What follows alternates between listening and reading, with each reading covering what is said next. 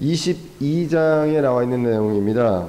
성경 보기 책자에 선택과 자유의지에 대한 내용을 오늘 보도록 하겠습니다.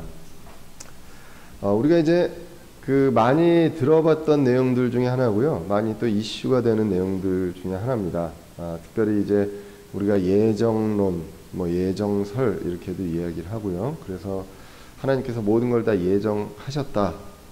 그래서 누가 구원을 받을지 누가 구원을 받지 못하는지 다 예정을 하셨고 바꿀 수 없고 그런데 이런 것들이 이제 주님의 선택으로 되어 있다. 이런 것들을 이제 이것만 주장하는 쪽이 있고요. 또 아니다. 자유의지를 주셨기 때문에 누구든지 이제 구원받으면 그 주님을 받아들이면 구원받을 수 있다. 이 내용을 강조해서 얘기하시는 분들이 있습니다. 아시겠습니다. 언어 교단이 이제 예정론 이런 것들은 여러분들 다 아시겠는데요.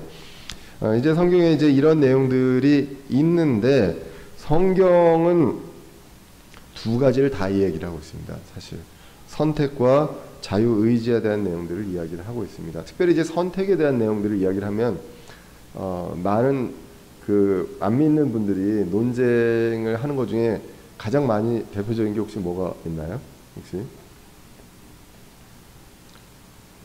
혹시 저 창세기에서 아담 얘기 기억나세요?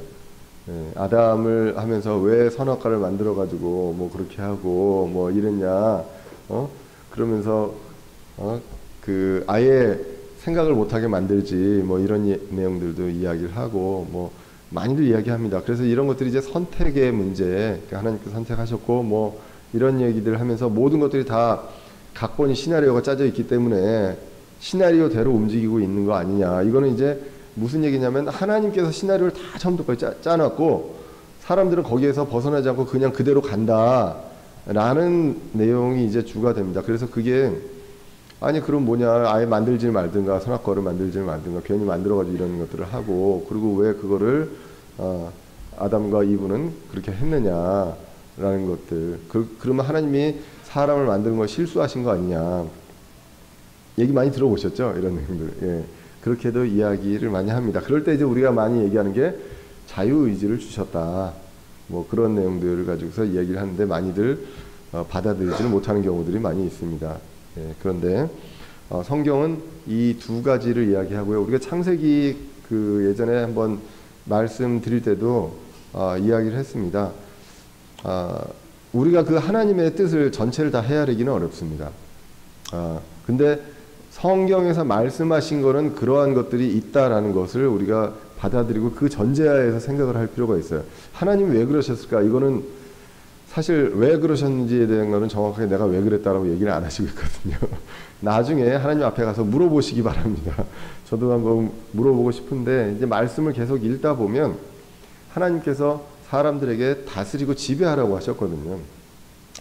어떤 뭔가 지배하고 다스리라는 그 권한을 줄 때는 능동적으로 생각을 해야 될 필요가 있다는 거예요.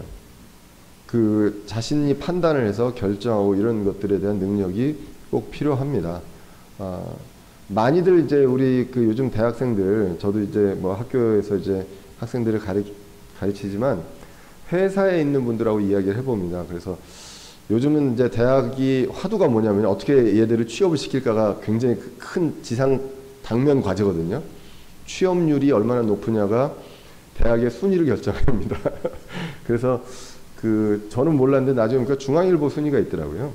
예, 이걸 가지고 학원에서도 이제 입학 상담도 그렇게 하고 그래서 대학들이 이 중앙일보 순위에 얼마로 올라가느냐를 아주 그냥 혈안이 됩니다. 근데 그때 지표가 이제 취업률이 있고 하다 보니까 취업을 어떻게 시키느냐를 이제 이야기를 하면서 회사 사람들을 많이 만나거든요.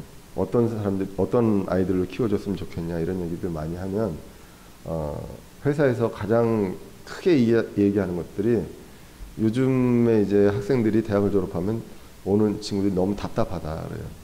그래서 시키는 것만 한대요. 예, 그러니까 시키는 것도 잘하면 다행인데 그것만 딱 하고 만다는 거예요.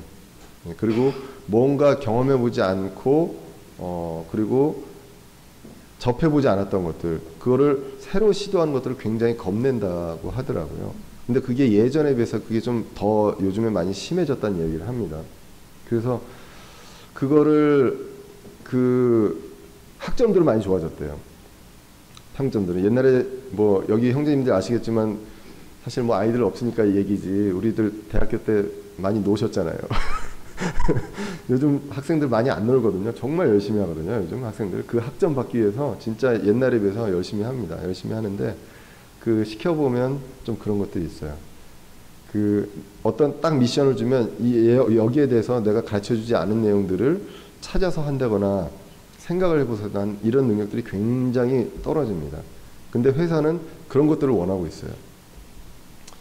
자료를 찾고, 요즘은 자료 찾기 좋잖아요. 인터넷이 많이 돼서. 우리는 사실 옛날에 자료 하나 찾으려면 도서관 가고 막 뭐 이렇게 하고 했어야 되는데, 근데 그런 어떤 자신이 판단하고 생각하고 결정하고 밀어붙여서 할 수 있는 것, 그래서 이제 결과를 가져오는 이런 것들이 사실은 회사에서 굉장히 많이 필요로 하는 그 덕목입니다.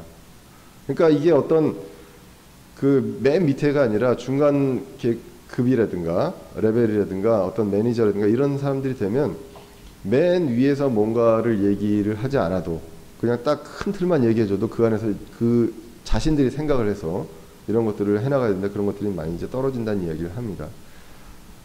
그 하나님의 뜻을 다 헤아릴 수는 없지만 하나님께서 우리에게 다스리고 지배하라는 미션을 주셨단 말이에요. 하나님께서 일일이 다 너는 이렇게 하고 얘 이름은 이렇게 짓고 너 이름은 저렇게 짓고 저 동물은 이름은 저렇게 지어라 이렇게 얘기를 해주신 게 아니라 아담이 그런 것들을 다 알아서 이렇게 하는 것이죠. 그런 것들로 그런 존재로 우리를 이제 창조하셨습니다.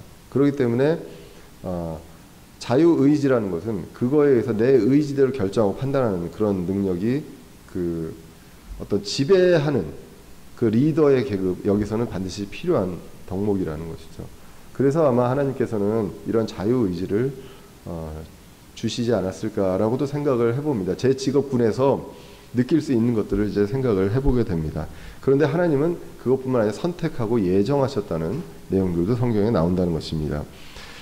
근데 어느 거 하나로만 된다는 게 아니라 이 얘기도 있고 저 얘기도 있는 거예요. 두 가지가. 그럼 결국은 뭐냐? 이 둘 중에 하나가 틀렸다가 아니라 둘 다가 있다 라는 것으로 우리가 성경을 봐야 됩니다. 우리가 사람이 이해하기는 어려워요. 이거 아니면 이거냐, 선택 아니면 의지 아니냐라고 그 보기가 쉬운데 성경은 두 가지를 다 이야기하고 있다는 거예요. 구원의 교리에서도 어느 한쪽으로만 기울지 않고 두 가지를 다 이야기하고 있다는 것입니다. 이 책에서도 얘기가 그래서 선택의 교리로 기울면 운명론, 뭐 무능력의 교리, 내가 아무것도 할 게 없다, 뭐 할 필요가 있느냐, 다 예정되어 있는데 이런 식으로 빠질 수가 있고요. 그래서 선택과 자유의지에 대해서 바른 이해가 필요하다라고 하면서 이 책이 이제 시작을 하게 됩니다. 자, 그래서 먼저 선택에 대한 내용들을 하면서 이 책은 이렇게 얘기합니다. 클라리스 라킨 목사님은 하나님의 선택은 무조건적인 선택을 뜻하지는 않는다. 선택은 하나님께서 어떤 당신만의 그 특정한 목적을 위해서 어떤 사람을 선택을 해서 구원하는 사례가 구약에서 굉장히 많이 나와 있죠. 창세 전에, 태어나기 전에 얘기까지 하면서 진짜 이건 누가 봐도 하나님이 선택하신 거예요. 그러한 사례들이 수도 없이 구약에 나오게 됩니다. 하나님의 특정한 목적이 있습니다. 메시아의 라인을 지키고 그 구약에서 메시아의 계보를 계속 이어가고 어떤 그 마귀의 세력들 그 거기서부터 지켜가면서 메시아가 나오는 그 계획까지를 지켜가는 그 과정에서 하나님의 사람들을 선택을 해서 그 사람들을 인도하시고 쓰셨다는 내용들이 굉장히 이제 많이 나오게 되죠.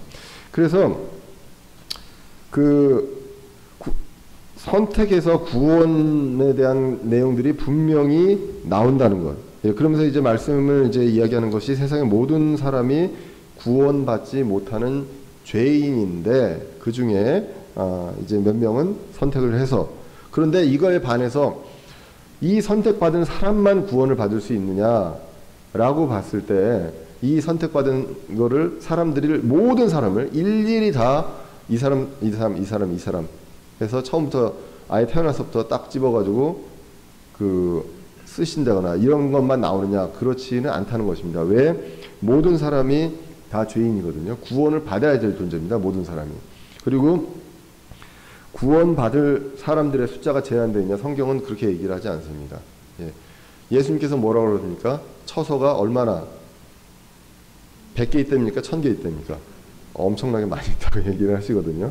예, 그래서 그런 것들을 우리가 이제 보게 됩니다. 자, 그런데 이 선택은 성경에서 분명히 얘기하는 건 맞습니다. 사도행전 13장 48절에 보시면 사도 바울이 이방인들한테 이제 말씀을 전한 거예요. 그래서 이방인들이 이 말을 듣고 즐거워하며 주의 말씀에 영광을 돌리고 영원한 생명에 이르도록 정해진 자들은 다 믿더라라는 겁니다. 맞잖아요. 예? 정해졌잖아요. 그래서 정해진 사람들은 다 믿었구나. 그럼 안 정해진 사람은 못 믿었구나. 이렇게 이제 될 수가 있는 것이죠. 그러니까 하나님의 어떤 선택에 대한 것들이 나온 거는 분명합니다. 예, 분명한데 이것만 있느냐 하고는 좀 다른 얘기거든요. 자, 그래서 이 말씀들을 잘 이렇게 보면, 물론 여기서는 하나님께서 정하신 것 같지만 성경의 전체 이제 이런 것들을 본다면 이 책에서 얘기하는 건 믿는 것이 하나님의 작정이나 이런 것 결심의 결과이지 그 원인이 아니다라는 거예요. 이게 무슨 얘기냐면 하나님께서 이 사람의 의지와 상관없이 한 게 아니라 하나님이 이런 것들을 이미 다 이 사람들이 구원받게 되는 그 결과를 정하셨다라는 것입니다. 조금 어렵죠, 내용이. 제가 이 책을 들으면서 이 얘기를 국어로 얘기를 하는데 이걸 그대로 이 책의 내용을 적으면서도 설명하기 굉장히 어렵더라고요. 왜냐하면 일단은 이게 요것만 나와서는 이상하다라는 느낌이 들어야 됩니다. 요 뒤가 또 이제 다른 얘기들이 있기 때문에, 그래서 요 내용들을 풀려다 보니까 여기서도 이 책에서 계속 요 내용을 이대로 몰아가는 거예요. 예, 그래서 제한된 숫자만 영원한 생명에 이르도록 정해져 있다라는 것이고, 사도 바울을 통해 선포된 말씀을 들은 사람들 중에 정해진 자들에 대한 것, 이러한 것들이 지금 사도행전 13장 48절에 나오는 내용으로 우리가 해석을 할 수가 있다는 겁니다. 결과를 정해 놓으셨고, 그리고 이 사람들 중에 정해진 자들만 믿었다는 것은 제한되어 있는 숫자가 아니냐라는 것이고, 그 다음에 사도 바울의 선포를 통해서 들은 자들 중에 정해진 자들만 믿었다라고 이야기를 하게 됩니다. 자, 그리고 무슨 얘기까지 나오냐면 에베소서 1장 4절에 보시면 곧 우리가 사랑 안에서 하나님 앞에 거룩하고 흠이 없게 하시려고, 언제부터요? 세상에 찬 건 이전부터, 우리가 다 태어나기 전부터, 우리가 아예 만들어지지도 않고 우리의 어머니, 아버지, 할아버지, 할머니가 계시기 전부터 하나님께서 이러한 것들을 우리를 택하셨다고 기록을 하고 있습니다. 자, 이렇게 보면 모든 시나리오가 다 짜져 있잖아요. 예? 누가 누구하고 결혼할 것까지 다 돼 있어요. 누가 결혼하고 아이를 몇 명 낳고 이 아이가 어떻게 되고 그 다음에 아이가 어떻게 되고까지 다 정해져 있는 것처럼 이제 보여진다라는 것입니다. 예.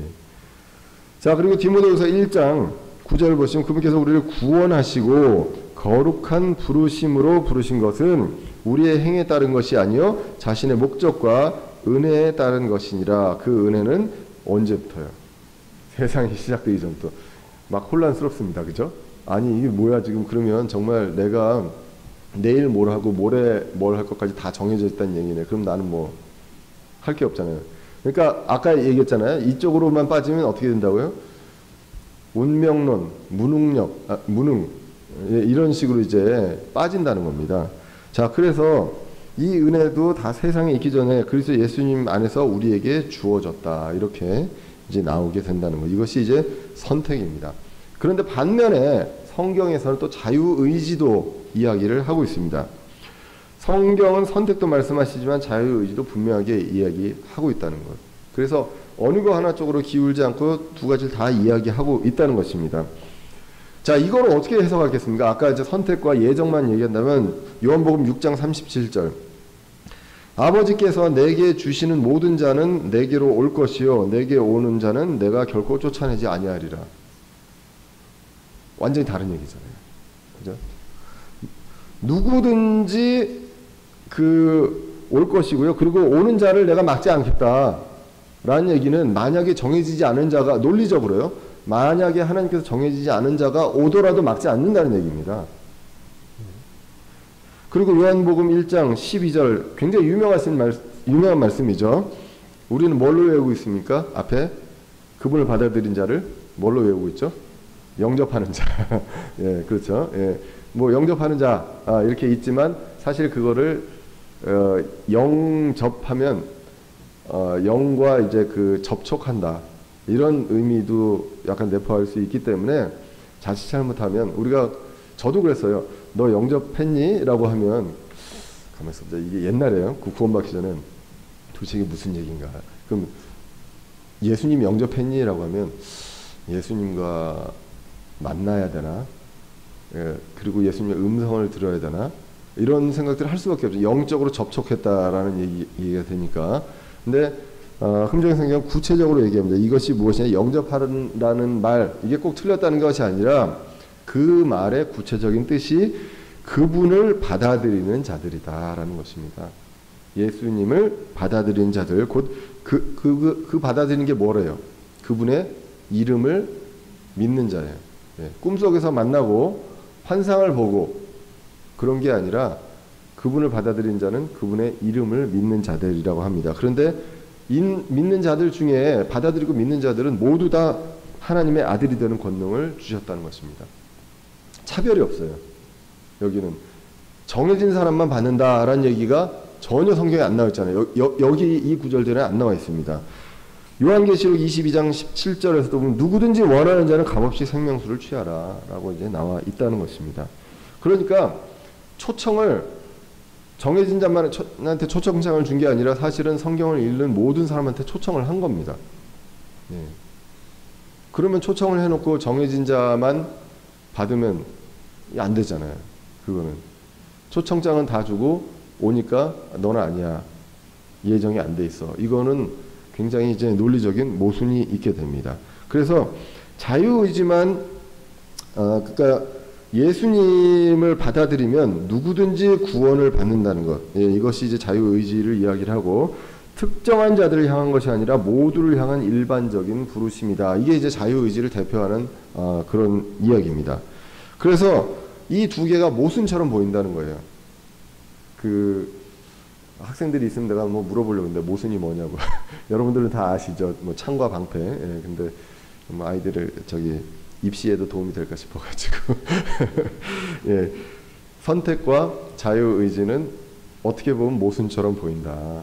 예, 그래서 자유의지를 굉장히 강조하면 선택은 없었던 것으로 이야기를 하게 되고 예정을 강조하면 자유의지 모두가 다 구원받을 수 있다는 그런 내용들, 이런 내용들도 소홀해지게 마련입니다. 그럼 이 두 가지가 어떻게 연결될 수 있느냐? 이 두 가지를 연결하는 문이 있다라는 게 이제 이 책에서 이야기하는 것입니다. 뭐 여러분들 많이 아시죠? 그 많이들 이야기를 했으니까 뭘까요? 혹시 아시나요? 이 두 가지를 우리가 예정만 얘기하지 않고 자유의지만 얘기하지 않습니다. 두 가지를 다 얘기합니다. 근데 두 가지가 다 같이 갈 수 있는 그러한 열쇠가 있다라는 것입니다. 그것이 바로 뭐라고요? 예, 미리 아심. 우리가 예지 이렇게 얘기하죠. 예지 이렇게 얘기합니다. 그래서 이 책에서도 선택과 자유의지의 논리적 모순을 풀 수 있는 열쇠가 바로 미리 아심. 주님께서 미리 아신다는 게 주님께서 시나리오를 정해놓으셨다는 것이 아니라 주님께서 그 사람들이 자유의지를 가지고 선택을 하고 그리고 누구를 만나고 누구를 결혼하고 이러한 것들, 그래서 낳고 이 사람이 어떻게 구원에 가고 이러한 모든 내용들을 미리 아신다는 거예요. 그 안에 하나하나는 사람들이 선택을 하지만 이 선택의 결과가 나온 것은 하나님께서 미리 아신다는 것. 예, 그것이 바로 과정 중에 자유의지는 있지만 이러한 것들이 되기 때문에 미리 아시기 때문에 미리 아시는 그 사람들은 완벽한 사람이 없습니다. 성경에서 여러분들 찾아보자면 흠이 없는 사람이 누가 있을까요?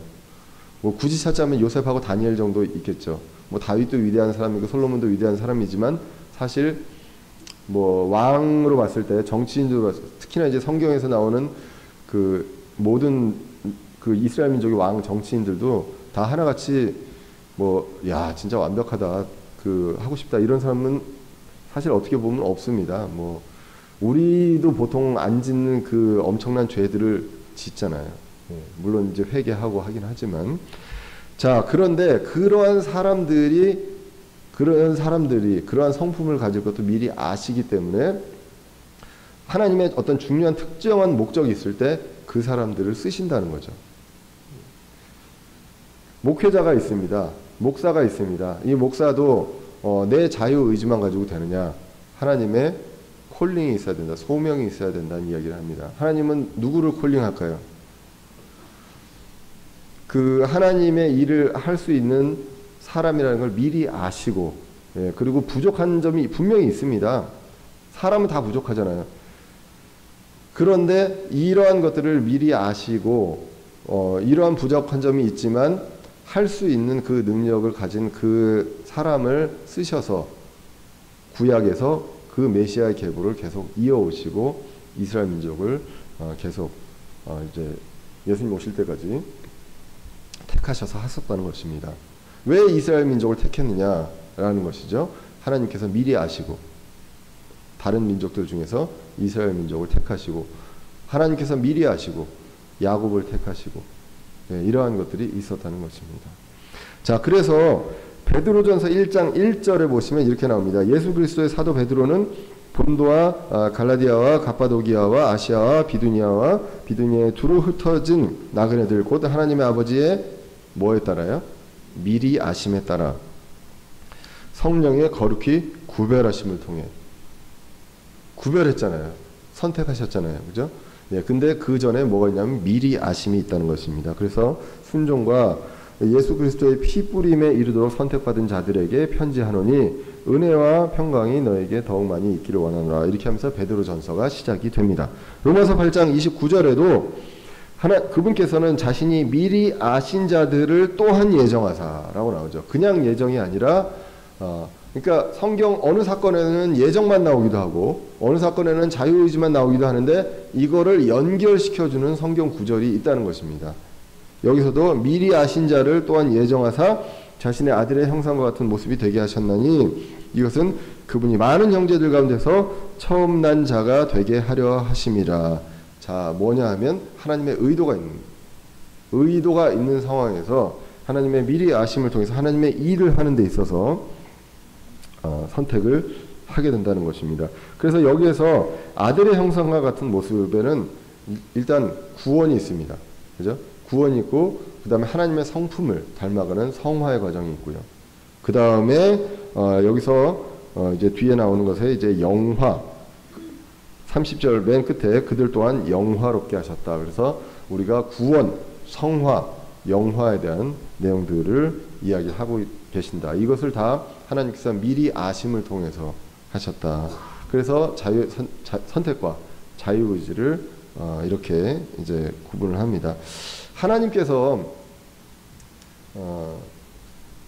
그 누구는 더 사랑하셔서 하고 누구는 아주 출중해서 더 선택하고 뭐 했느냐, 구약에서 보면 그런 사람들도 있는 것 같습니다. 인격적으로.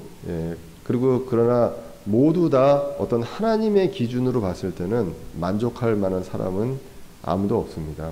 그런데 그 부족한 사람을 통해서 하나님이 혼자서 하실 수 있지만 이 부족한 사람들을 통해서 이런 것들을 해나가시는 데 있어서 미리하심과 선택과 자유의지 이 안에서 이러한 것들을 이루어 가신다라는 것을 우리가 성경을 통해서 봅니다. 그래서 종합적으로 다시 한번 말씀드리면 모든 것들을 하나님께서 짜놓으시지는 않았습니다.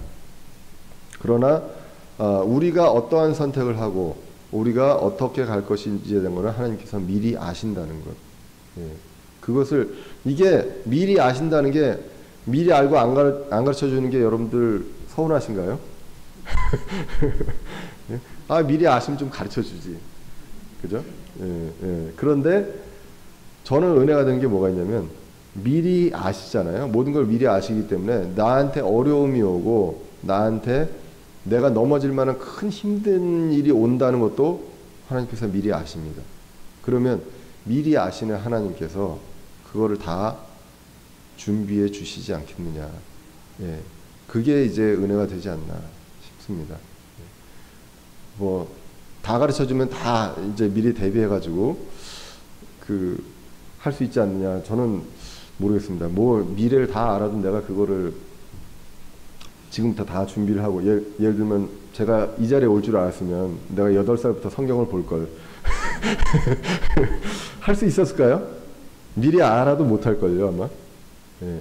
그러면 내가 이 고생 안 하고 그냥 목회하지 않았을까라는 생각 여러분들 하시나요? 사람 그렇게 완벽하지 않습니다.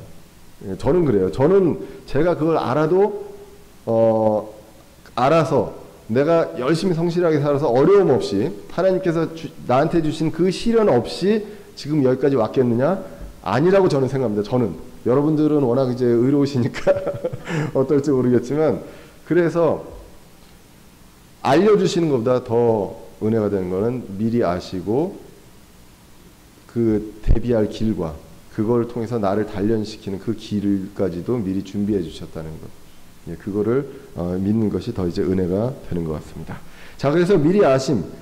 성경의 모든 예언은요, 하나님의 미리 아심에 기반을 두고 있으나 예언 자체가 사람의 행위나 사건들을 미리 결정짓지 않는다. 이게 이 번역상에 굉장히 좀 어렵게, 이거 제가 그냥 그대로 옮겨온 거거든요.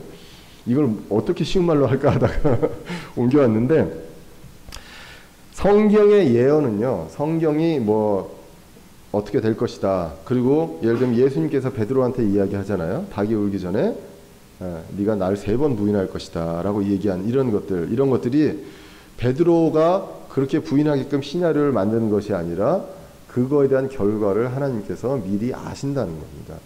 예.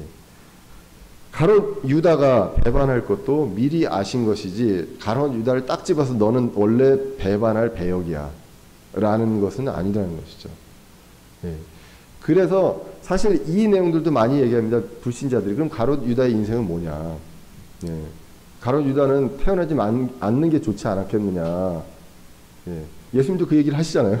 예. 그런데 그러면 그 하나님께서 의로우신 하나님, 공의로우신 하나님이라고 하는데 어떻게 한 사람을 딱 집어서 그 역할을 하게 하느냐. 그게 아니라 그렇게 될 줄을 미리 아셨다는 것. 예. 그래서 이제 이런 것들을, 왜냐하면 마귀가 그렇게 해서 이 사람을 써서 이렇게 할 것도 하나님께서 미리 아시고, 우리의 상상을 초월합니다. 우리의 지식 세계를 초월합니다. 이 모든 것들을 미리 아신다는 것, 이거는 우리가 이해할 수 있는 범위를 넘어가는 겁니다. 자, 그래서 복음을 선포하고 받아들이고 거부하는 여부, 이것도 하나님께서 미리 아신다는 것. 예. 그게 이제 이 안에 선택과 자유의지 사이에 들어가는 것입니다. 그러면 우리가 자유의지를 전에 이제 사람의 의지를 좀 더 이제 자유의지 안에서 사람의 의지를 본다면, 의지는 어떻게 정의를 할 수가 있냐라고 하면 선택을 하는 능력입니다. 취해야 할 행로를 결정하는 어떤 기구죠. 그죠? 내가 의지를 통해서 결정을 하지 않습니까? 그런데 그 안에 무엇이 있느냐? 마음이 있다는 것입니다. 사람을 다스리는 역할을 하는 것은 마음이다. 이 마음 안에서 내가 의지를 가지고 뭐를 선택을 합니다. 오타입니다. 마임이 아니라 마음이고요. 마음이 약하면 의지도 악하고, 마음이 선하면 의지도 선합니다. 자, 그래서 마음이 악하면 의지가 악하면요, 그러면 결국은 내가 자유의지로 뭐를 선택할 때도 악한 선택을 할 수밖에 없다는 것입니다. 그러면 우린 모두 어떨까요? 우린 모두 악하잖아요. 처음 태어났을 때부터 악한 사람들입니다. 마음도 악하고 의지도 악하고, 그리고 자유의지도 악할 수밖에 없습니다. 자, 그래서 이러한 악한 성품을 소유한 사람들은 원래 자연 자체가 악할 수밖에 없는 거예요. 내가 악한 걸 좋아할 수밖에 없습니다. 그리고 그런 것들이 재밌고, 매력적이고, 그러니까 그쪽으로 결정할 수밖에 없기 때문에 어떤 이런 자연인의 성향을 거스르는 결정을 하려면 내 뜻이 아니라 외부의 힘의 조절을 받아야 된다라는 것입니다. 그 외부의 힘이 뭐냐? 바로 성령님의 힘이다라고 이 책이 이야기를 합니다. 그래서 사람의 의지가 성령님의 힘 아래에 있으면 자유의지로 하나님께 돌아올 수 있다. 그러므로 우리는 사람의 의지에 사람의 마음에 무엇이 있어야 되느냐? 성령님이 있어야 한다. 성령님의 힘으로 우리가 돌아오고 우리의 자유의지가 바뀔 수 있다라는 것입니다. 자, 아담은 좀 다릅니다.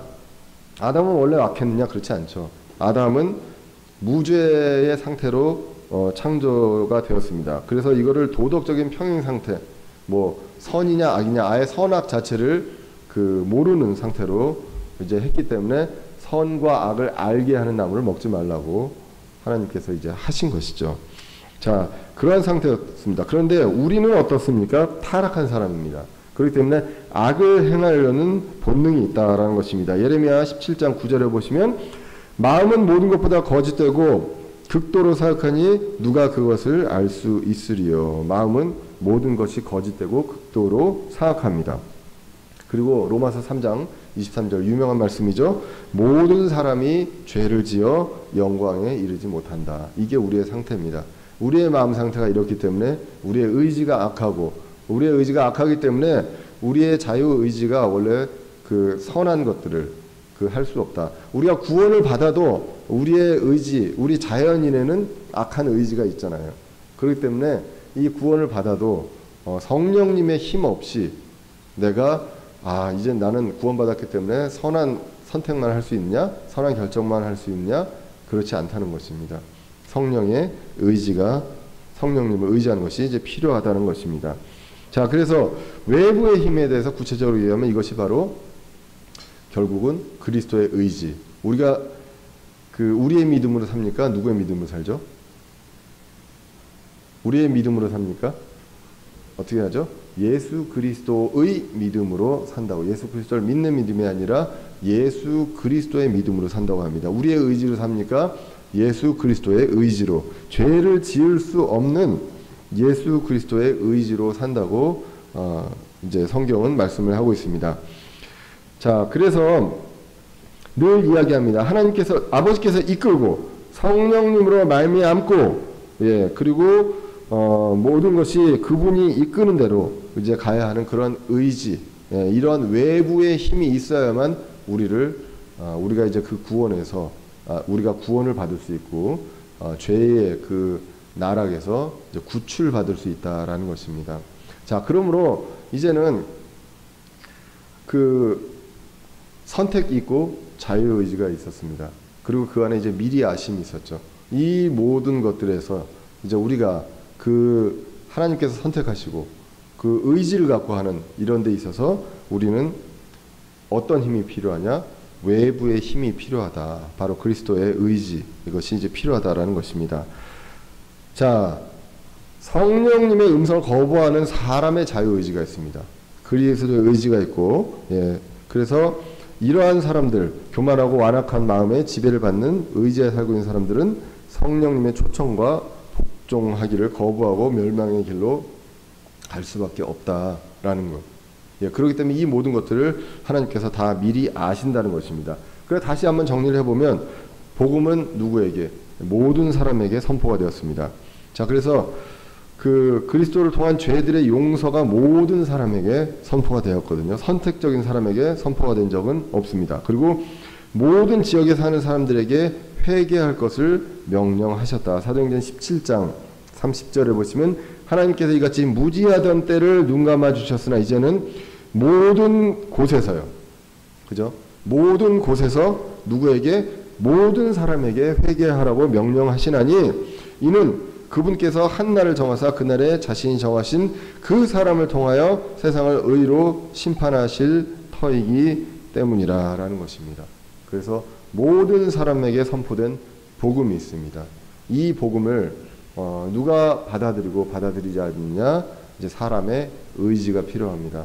사람의 의지가 필요한데 이 사람의 의지가 이러한 것들을 결정하는 데 있어서 외부의 힘이 필요하고요. 이 모든 것들을 다 받아들이고 받아들이지 못할 사람들을 하나님께서는 미리 아신다는 것.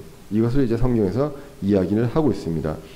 자, 그래서 모든 사람에게 하나님과 화해할 것을 간구하는 그런 사역이 이제 있게 됩니다. 그래서 고린도 후서 5장 18절에 보시면 또 모든 것이 하나님에게서 났으며 그분께서 예수 그리스도를 통하여 우리를 자신과 화해하게 하시고 또 화해하게 하는 사역을 우리에게 주셨다라는 것입니다.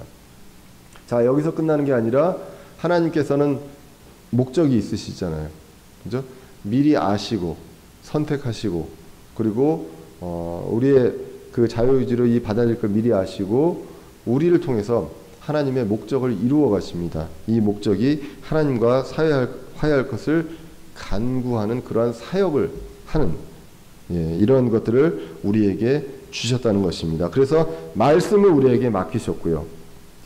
그래서 하나님이 진정 원하시는 것은 무엇이냐? 디모데전서 2장 4절을 얘기합니다. 제가 보통 이제 예정론으로 이게 정해지지 않나라고 이야기를 하는 분들한테 대표적으로 얘기하는 게 디모데전서 2장 4절입니다. 하나님의 마음은 어떻습니까? 그분은 모든 사람이 구원을 받고 진리를 아는 데에 이르기를 원하시느니라. 이것이 바로 하나님의 마음이다라는 것입니다. 그래서 그러나 하나님은 미리 아시는 하나님 모든 것들을 그것을 이제 성경은 이야기를 하고 있습니다. 자, 그러면 우리가 하나님의 선택을 받고 하나님의 미리 아심을 통해서 이러한 것들이 정해지고 하나님의 자녀가 됐다는 이 표적이 무엇이 있느냐라는 것입니다. 이것을 이제 한 5가지 정도로 이 책은 이야기를 하고 있습니다. 새로운 출생을 우리가 안다는 거예요. 내가 다시 태어나고 새롭게 태어난 것을 내가 안다라는 거예요. 내 상태가 굉장히 완벽해졌다는 것이 아니라 내가 이제는 다른 신분의 사람이다 라는 걸 내가 의식한다라는 것입니다. 요한일서 5장 12절에도 이렇게 기록합니다. 요한 1서를 통해서 아들이 있는 자에게는 생명이 있고 하나님의 아들이 없는 자에게는 생명이 없느니라 라는 것입니다. 우리 안에 아들이 있습니다. 그리스도가 있습니다. 우리에게 생명이 있습니다. 다시 태어난 것을 의식하는 것입니다. 그래서 요한일서 5장 13절에 하나님의 아들의 이름을 믿는 너에게 이것들을 쓴 것은 너에게 영원한 생명이 있음을 너희가 알게 하고 또 하나님의 아들의 이름을 너희가 믿게 하려 함이다라는 것. 그것을 이제 이야기를 하고 있습니다. 그러므로 우리가 이제 하나님의 자녀가 됐고 이러한 것들에 대한 표적이 무엇이냐? 새로운 출생을 우리가 의식할 수 있고요. 그리고 삶에서 성령님의 열매가 있다는 것입니다. 자, 새로운 출생은 뭘 얘기합니까? 구원. 그죠? 내가 지옥으로 갈 수밖에 없는 그 길, 그쪽으로 구렁으로 계속 가고 있습니다. 그거를 예수님께서 구출해 주셨습니다. 가는 길에 그 대가를 다 치르시고 이 죄의 노예였던 우리를 구출해 주신 그러한 내용들이 이제 나오게 되고요.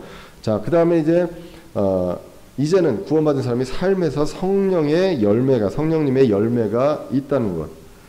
갈라디아서 5장 22절에 이제 성령의 열매가 나오게 되죠. 이러한 열매들이 자라가게 된다는 것입니다. 뭐 많이들 얘기합니다. 성령의 몇 가지 열매요? 9가지 열매. 근데 9가지 열매가 이게 단수다. 그래서 하나다. 그래서 이러한 것들이 어느 거 하나만 자라고 어느 거 하나 안 자라고가 아니라 이런 것들이 다 동시에 쭉 자라간다라는 것. 그래서 성령의 열매가 있습니다. 그 다음에 이것이 결국 무엇이냐? 점진적으로 성화가 된다는 것입니다. 성장하는 그런 것들이 있습니다. 갓 믿은 사람들한테 바로 뭐 모든 것들을 180도 변해라 이거를 기대할 수는 없습니다. 구원받고 그 다음에 성령의 열매가 맺어지고 이렇게 성장하는 그러한 단계가 시간이 좀 걸리더라도 변화되는 그런 관계가 그 상태가 이루어진다는 것입니다.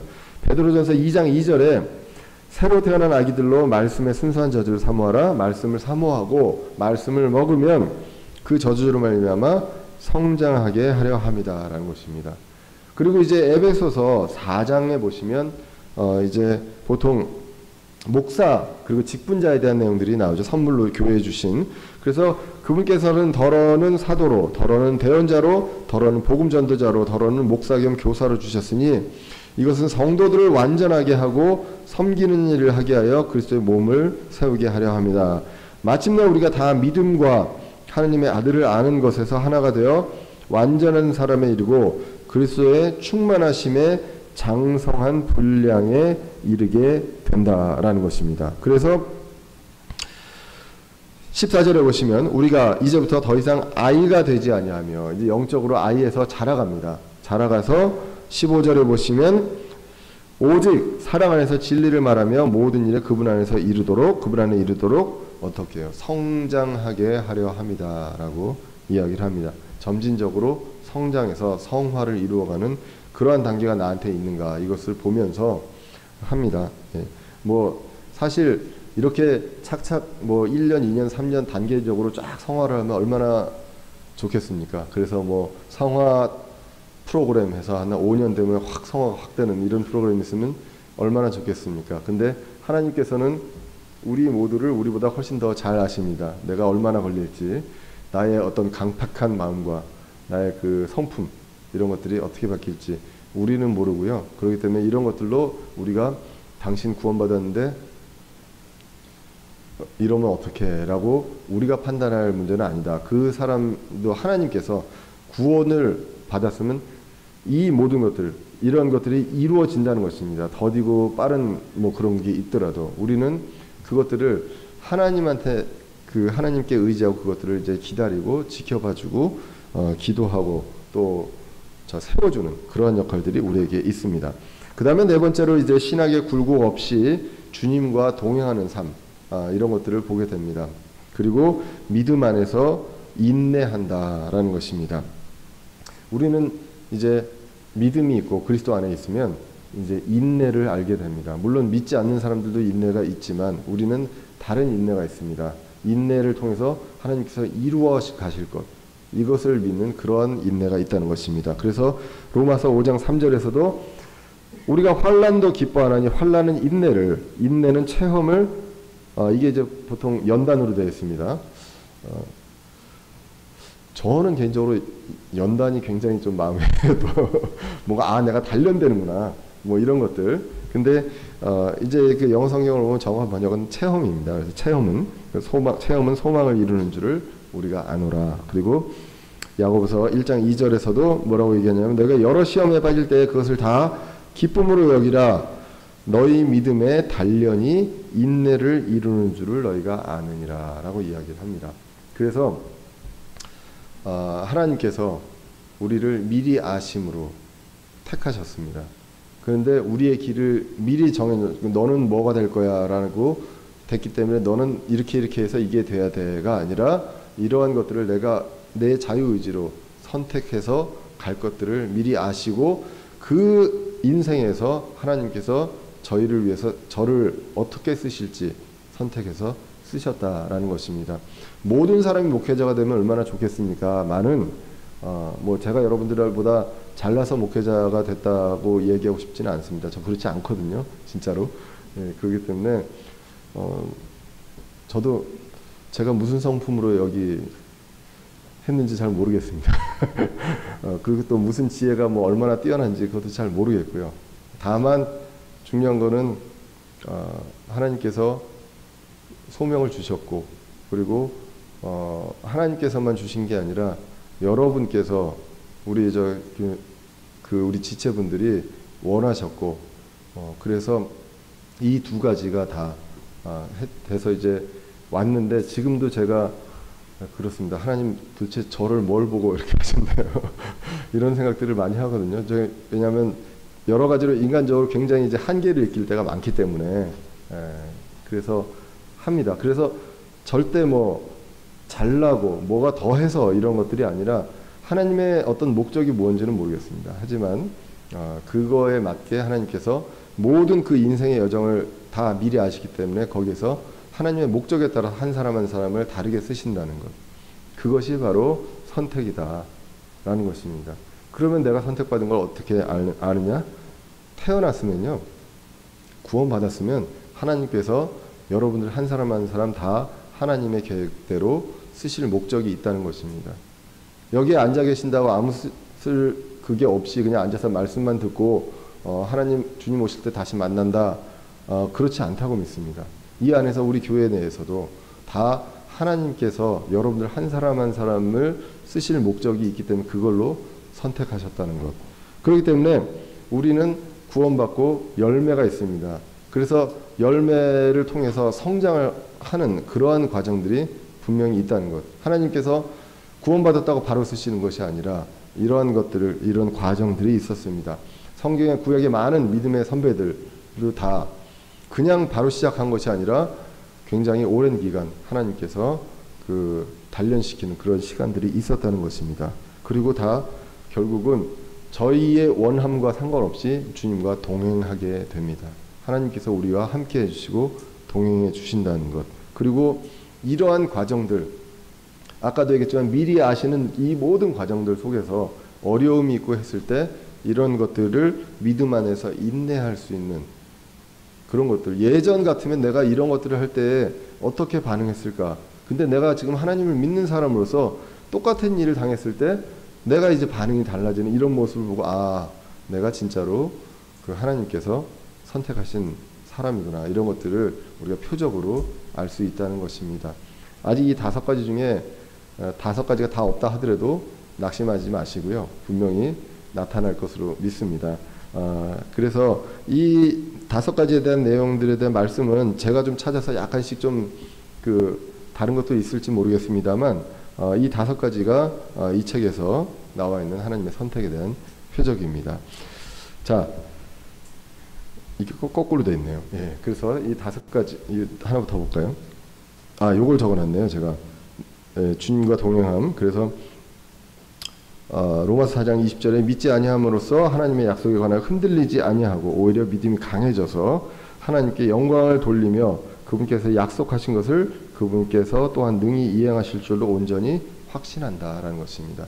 이제는 흔들리지 않고 약속이 있기 때문에 확신하는 거예요. 하나님은 약속을 우리는 못해도 하나님은 약속을 끝까지 지키신다는 그러한 믿음이 있습니다. 자, 그래서 우리가 우리 인생에서 다시 한번 말씀드리지만 여러분들은 하나님이 미리 아심에 의해서 선택하신 그리고 여기 대전은혜 침례교회에 오실 줄 하나님께서 미리 아시고 그리고 여러분들을 선택하셨고 물론 그 과정에서 여러분들이 자유의지로 오셨지만 하나님의 인도하심이 있었고 이런 것들을 우리가 믿습니다. 그러므로 앞으로도 우리가 어떤 일이 벌어질지 모릅니다. 사실 아까 이제 우리 이명재님 오셔서도 얘기했지만 예전에 왔을 때에 비해서 굉장히 많이 늘었잖아요. 우리도 몰랐거든요. 형제님들이나 저나 늘 얘기합니다. 우리가 반성해야 된다. 우리가 믿음이 적었다. 여기를 했어야 되는데 저쪽을 처음에 양쪽에 그 공간이 2개가 있었습니다. 이쪽이 좀 넓었거든요. 근데 우리가 여기를 할까? 저기 너무 넓어. 그런 얘기 했었습니다. 예. 그래서 여기만 해도 우리가 충분할 거다라고 생각을 했는데 그렇지 못했습니다. 그래서 이러한 것들 하나님께서 이루어 가시는 것들 우리가 이런 것들을 이제는 하나님께서 여기에 여러분들의 역할들을 하나씩 주시려고 하나님의 큰 목적이 있어서 이쪽으로 선택하시고 인도하시고 여기서 이제 언제가 될지 모르지만 여러분 한 사람 한 사람 하나님께서 그 미션을 주시고 감당하게 해주시리라 믿습니다. 그것을 우리는 믿고 약속을 확신하고 흔들리지 않고 나아갈 수 있는 저와 여러분들이었으면 좋겠습니다. 예, 감사합니다. 기도하겠습니다.